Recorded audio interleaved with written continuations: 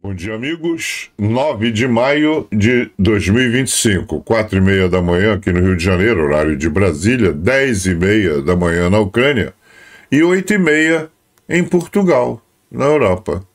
Muitos perguntam por que eu entro tão cedo aqui no Rio de Janeiro. É porque grande parte dos membros do meu canal estão em Portugal, ou são portugueses na Europa, como o Thiago na França, o Vitor em Genebra, na Suíça, etc. Então, é para a oportunidade deles tomarem café da manhã, tendo as notícias do dia. Tá? Até agora não saiu aquela tela azul da Força Aérea com os ataques sofridos, né? Mas se vocês olhar para o mapa, você vê que não tem ataque de drone, mas tem ataque terrestre. Então as baixas foram altas como sempre. Foram 1.300 soldados, 4 tanques, 4 blindados de transporte de infantaria, 36 peças de artilharia, um lançador múltiplo de foguete, um sistema antiaéreo, 39 UAVs e 120 veículos de logística, transporte de logística, tá? Vamos às algumas notícias. Агента у вересні 2024 року. Pela primeira vez na história, o SBU da Ucrânia descobriu uma rede de espionagem húngara operando na Transcarpátia. Agentes de inteligência militar húngara foram flagrados coletando informações sobre as defesas locais e a opinião pública, em caso de mobilização militar. 2 suspeitos, ex-militares, enfrentam prisão perpétua por traição. O tão esperado desfile da vergonha da Rússia começou. Putin, inclusive, está sentado ao lado de Xi Jinping. Khabarovsk optou por um desfile militar mais realista esse ano.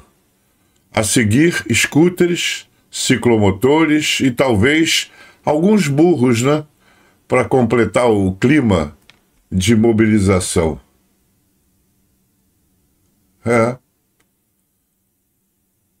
Realmente a mãe Rússia anda muito diferente.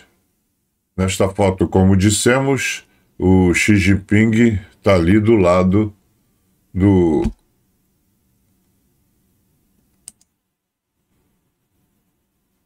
Tá aqui, ó, Xi Jinping do lado do Putin. Guten Abend, es ist etwa 23 Uhr und ich bin als Außenminister zum ersten Mal in der Ukraine eingetroffen. Warum?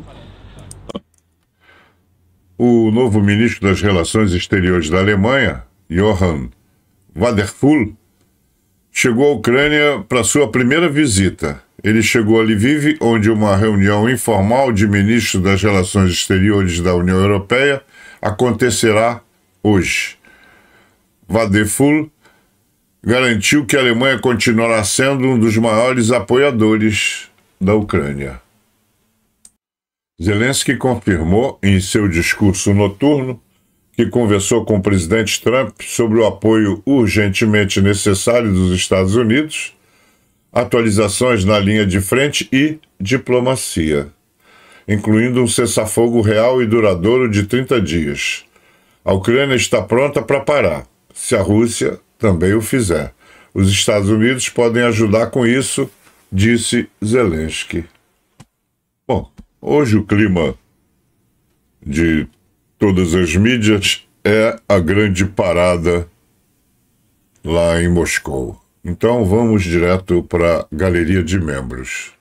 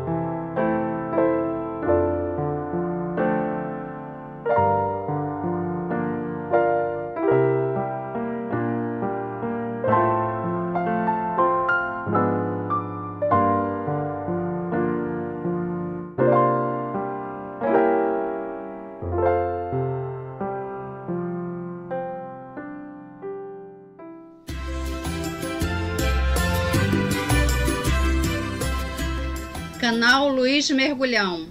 Um canal só é tão bom quanto as verdades que diz.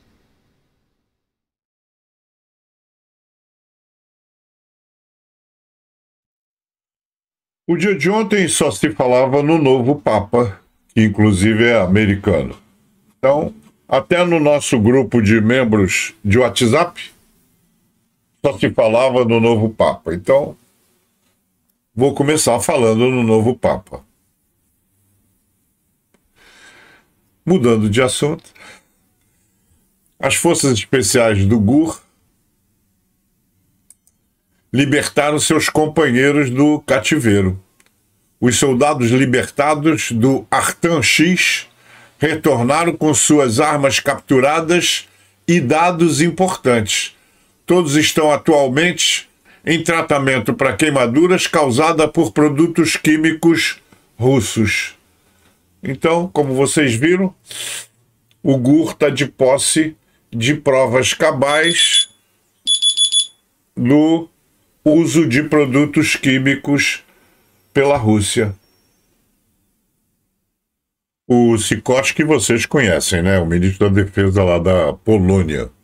Ele está dizendo que a suspensão da participação dos Estados Unidos no processo de criação do tribunal é uma das cerca de uma dúzia de concessões importantes que o novo governo americano fez a Vladimir Putin. E ele está certíssimo. Não se iluda com as mudanças diárias desse cara. Primeiro que ele gosta de aparecer. E segundo, que eu já disse aqui no canal, que ele muda mais de opinião do que eu consigo trocar de roupa. Então, ele está sugerindo que podia pedir ajuda à China para uma resolução pacífica do conflito na Ucrânia. Tá certo, ele já enxergou o mesmo que o Peter tem dito lá no Mundo e Revolução. Ele, como Estados Unidos, inimigo da Rússia, não podia fazer essa aproximação. Já a China pode e sair bem na foto. Acordo fechado. Já tinha sido aprovado pelo governo ucraniano e agora o parlamento da Ucrânia ratificou oficialmente o acordo sobre minerais essenciais e a criação de um fundo de investimento para reconstrução, aprovado com 338 votos a favor. Vocês ouviram o Putin dizer que iria fazer uma trégua, né? Ele ordenou uma trégua nesses dias que antecedem lá o 9 de maio dele. Vocês acompanham o canal e viram que não houve trégua dia nenhum. Todo dia, toda noite bombardeio, todo dia maldade, né? Atacaram com drones uma ambulância e agora tá aí, ó. A trégua, essa aí é a foto característica da trégua do Putin. A Rússia atingiu um carro civil com drone FPV na região de Kharkiv às 7h05 da manhã, ferindo 3 mulheres, 7h05 da manhã de ontem, ferindo 3 mulheres. Todas as vítimas foram hospitalizadas. O Ministério Público iniciou uma investigação. Parece que só ontem houve 700 e tantos... Foram 130 e tantos ataques, mais 700 e tantas violações da tal trégua manifestada unilateralmente pelo Putin, que o Zelensky, inclusive, disse que não iria acatar. Mas aí é o lado dele, quer dizer, ele, Putin, deu ordem e, ou se a ordem foi apenas para os jornalistas, ou então o pessoal dele não é muito de cumprir ordem. Todo mundo sabe que a Ucrânia tem um grupo de guerrilheiros, né? Grupo de partisãos chamado Atesh. Pois o grupo ucraniano Atesh reivindica a responsabilidade pela sabotagem perto de Moscou, a destruição de uma subestação transformadora em Mogiltsy. Eles alegam que o fornecimento de energia e as comunicações em vários locais militares importantes foram detonados.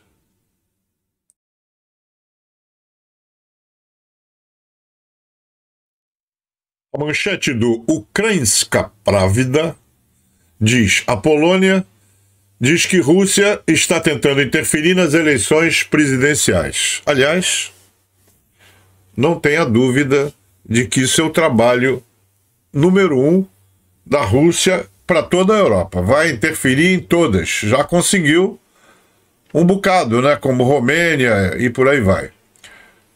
Krzysztof Gałkowski, vice-primeiro-ministro polonês e ministro de Assuntos Digitais, declarou que o país está enfrentando uma tentativa sem precedentes da Rússia de interferir em sua eleição presidencial. Citou como fontes a Reuters e a Pravda europeia. Autoridades polonesas afirmam que o papel do país como centro logístico de ajuda à Ucrânia o tornou um alvo importante para ataques cibernéticos e campanhas de desinformação russas. Durante as atuais eleições presidenciais da Polônia, estamos enfrentando uma tentativa sem precedentes de interferir no processo eleitoral do lado russo, disse Gałkowski em uma conferência de defesa. Ele explicou que isso está acontecendo por meio da disseminação de desinformação em combinação com ataques híbridos à infraestrutura crítica polonesa, a fim de paralisar o funcionamento normal do Estado. Olha como é que a Rússia chega a fundo, né? E membro da OTAN que não usa o artigo 5, né? Ou medo ou ignorância, mas vamos continuar lendo. Os ataques teriam como alvo sistemas de água, usinas combinadas de calor e energia, instalações de energia e órgãos administrativos estatais. O nível de ameaças cibernéticas russas na Polônia mais que dobrou em comparação ao ano passado. Hoje, na Polônia, durante cada minuto do seu discurso, foram registrados cerca de 12 de incidentes contra a infraestrutura crítica, acrescentou o ministro. Já o Guará-Mídia diz: Ucrânia, Oblast de Kharkiv, 8 de maio. Em 7 de maio, as forças russas conduziram 17 ofensivas nos eixos de Kupiansk e Kharkiv, disse o Estado-Maior das Forças Armadas Ucranianas. Em 8 de maio, dia da lembrança e da vitória sobre o nazismo na Segunda Guerra Mundial, teve início um suposto cessar-fogo de 3 dias anunciado por Vladimir Putin, presidente russo. O Ministério das Relações Exteriores da Ucrânia declarou, aspas, queremos ouvir, da Rússia, sobre um cessar-fogo absoluto, não temporário, fecha aspas. No entanto, no início da manhã, a Rússia lançou um drone FPV contra um carro civil perto da vila de Veliki Prokhod, na comunidade de Derash, ferindo 3 mulheres, disse o Ministério Público local. No último dia do eixo de Kharkiv, forças russas atacaram posições ucranianas perto dos assentamentos de Volchansk, Kutori e Kamianka. Imagens geolocalizadas do Instituto para Estudos da Guerra, publicadas em 7 de maio, indicam que forças russas avançaram recentemente perto da usina de agregados no centro de Volchansk. Na direção de Kupiansk, os russos atacaram 6 vezes perto das aldeias de Hulishivka, Nova Kubriakivka, Zarizov, usando veículos blindados para transportar infantaria para a linha de frente para ataques. Essa é a trégua russa. A manchete da United 24, conforme mandou o Thiago, da França, é a seguinte: drones navais ucranianos pressionam a Rússia a reativar o programa Katran após perdas de 350 milhões de dólares em navios de guerra e jatos. A Rússia está intensificando esforços para desenvolver seus próprios drones navais após perder cerca de 350 milhões em navios de guerra e aeronaves para a crescente frota de drones marítimos da Ucrânia, de acordo com o Defense Express, de 8 de maio. A retomada do programa de drones Katran ocorre no momento em que os drones Magura V5 da Ucrânia continuam a redefinir a guerra naval no Mar Negro, afundando vários navios russos e até mesmo derrubando caças em uma série de operações sem precedentes. A reativação do projeto Katran ocorre após um desses ataques históricos. O primeiro caso confirmado de um drone marítimo derrubando um caça Sukhoi 30 russo. Embora o Katran tenha sido apresentado inicialmente em meados de 2024, ele recebeu pouca atenção séria até que a campanha naval liderada por drones da Ucrânia forçou grande parte da frota russa do Mar Negro a aportar. Os drones navais ucranianos, particularmente o Magura V5, demonstraram eficácia sem precedentes contra a frota russa no Mar Negro, afundando vários navios e até abatendo aeronaves em uma série de operações históricas. Um dos primeiros ataques de alto perfil ocorreu em fevereiro de 2024, quando drones ucranianos destruíram a corveta de mísseis russas de Ivanovets, perto da Crimeia ocupada, uma embarcação avaliada em 60 a 70 milhões de dólares.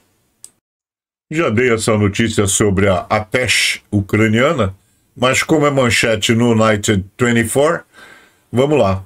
Ataque de guerrilheiros na região de Moscou supostamente interrompe o fornecimento de energia em vários locais militares russos. O movimento partidário Atesh assumiu a responsabilidade por uma operação de sabotagem que desativou a principal infraestrutura militar na região de Moscou, na Rússia, anunciou o grupo em 8 de maio. Segundo a Atesh, um de seus agentes destruiu uma subestação transformadora na vila de Mogiltsy, na região de Moscou, interrompendo o fornecimento de eletricidade e telecomunicações na região. A subestação, supostamente, fornecia energia para diversas instalações militares de alta prioridade. A mídia Nelly Tiataja, em sua manchete, diz: blogueiro militar estoniano. Drones ucranianos atacaram pilotos do desfile do Kremlin.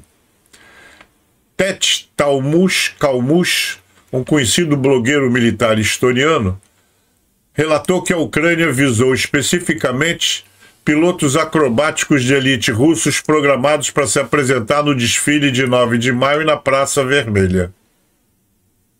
Os ataques tinham como objetivo imobilizar as equipes de acrobacia aérea Ruski Vitsiazi, cavaleiros russos, e Strizi, andorinhos, cujos aviões estavam estacionados na base aérea de Kubinka. Ataques confirmados de drones provocaram incêndio no campo de aviação de Kubinka, na região de Moscou, e no campo de aviação de Chaikovka, na região de Kaluga. Os satélites da NASA registraram vários pontos críticos indicando incêndios significativos no local. Em um movimento ousado, poucos dias antes do desfile anual do Dia da Vitória na Rússia, drones ucranianos supostamente atingiram 2 importantes campos de aviação militares perto de Moscou, danificando aeronaves e iniciando incêndios que eram visíveis do espaço, de acordo com fontes ucranianas e imagens do Firmes, aquele satélite da NASA. Kubinka abriga uma variedade de aeronaves militares, incluindo caças Sukhoi 27 e MiG-29. O mesmo aconteceu anteriormente, em 4 de julho de 2023, quando um drone ucraniano atingiu um prédio administrativo. De acordo com o veículo de comunicações ucraniano RBK Ukraine, as aeronaves da base estavam sendo preparadas para o desfile de alto nível, tornando o momento desse ataque um golpe simbólico e estratégico. Enquanto isso, o campo de aviação de Chaikovka abriga bombardeiros de longo alcance Tupolev 22M3 e abriga um arsenal de mísseis KH-22. Incêndios também foram confirmados por meio de imagem de satélite, sugerindo danos à infraestrutura ou no armazenamento de munições. Os ataques coordenados com drones parecem ter o objetivo de atrapalhar a demonstração de poder militar do Kremlin pouco antes do dia da vitória, um evento que o presidente Vladimir Putin usa para projetar força tanto nacional como internacionalmente. A incapacidade da Rússia de proteger até mesmo os campos de aviação mais próximos de sua capital será vista como um grande embaraço para o Kremlin. Pelo visto, o Thiago é eleitor do United 24. Secretário do Tesouro dos Estados Unidos, Bessent, chama Putin de criminoso de guerra e afirma que a diplomacia ainda é necessária. Poxa. Bom, ele não é da turminha do outro lá, então ele sempre achou isso. O secretário do Tesouro dos Estados Unidos, Scott Bessent, disse que acredita que o líder russo Vladimir Putin é um criminoso de guerra quando questionado diretamente durante uma audiência no Congresso em 7 de maio. No Congresso não pode mentir. Durante o depoimento anual do secretário do Tesouro sobre o estado do sistema financeiro internacional, Bessent respondeu sim, quando perguntado pelo congressista democrata Juan Vargas se ele acreditava que Vladimir Putin era um criminoso de guerra. Quando o congressista Vargas perguntou: o senhor negociaria com um criminoso de guerra? Bessent respondeu: acho que essa é a natureza da diplomacia. É preciso negociar com ambos os lados, senhor. Ele ainda acrescentou: acredito que a negociação foi necessária com os japoneses depois da Segunda Guerra Mundial.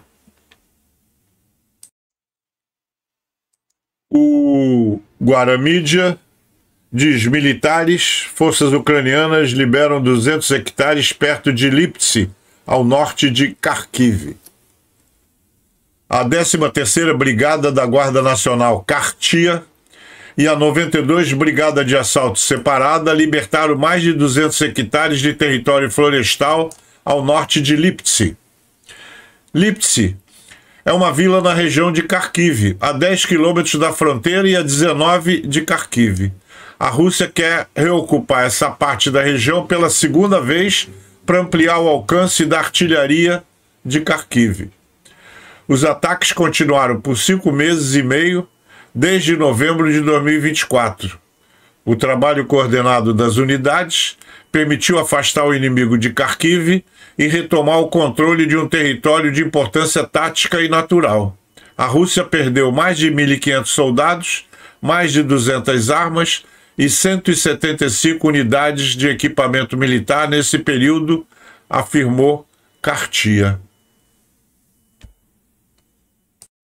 Novamente, a mesma matéria, apenas um outro veículo, RBC Ucrânia. Forças de defesa da Ucrânia recuperaram 200 hectares de floresta na região de Kharkiv após 5 meses de batalha.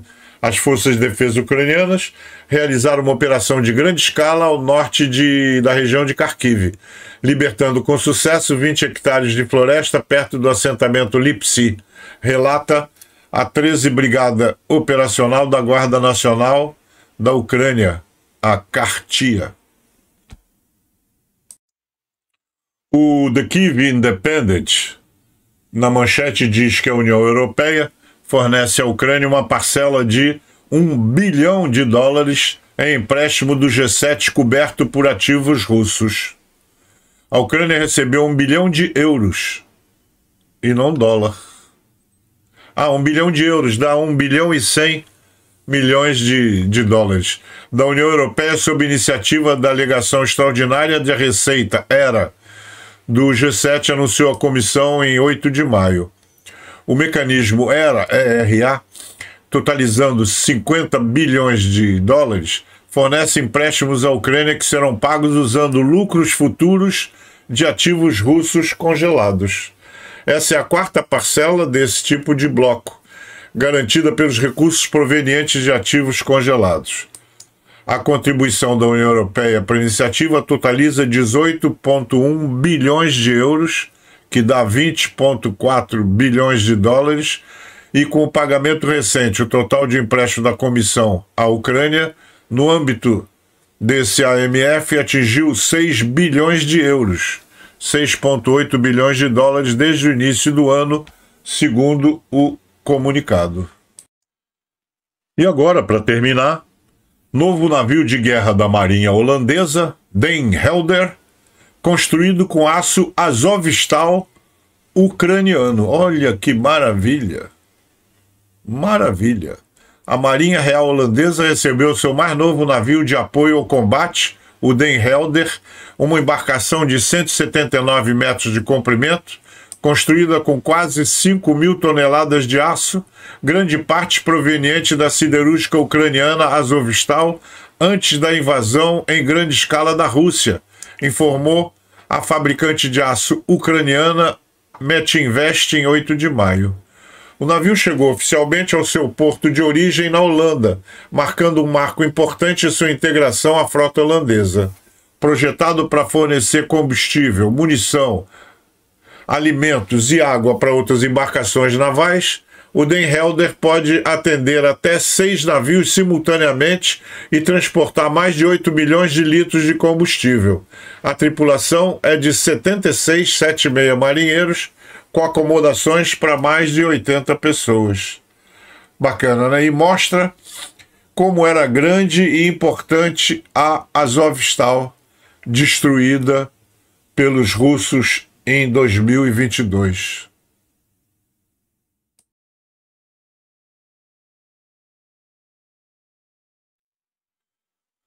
E assim, chegamos ao final de mais uma edição.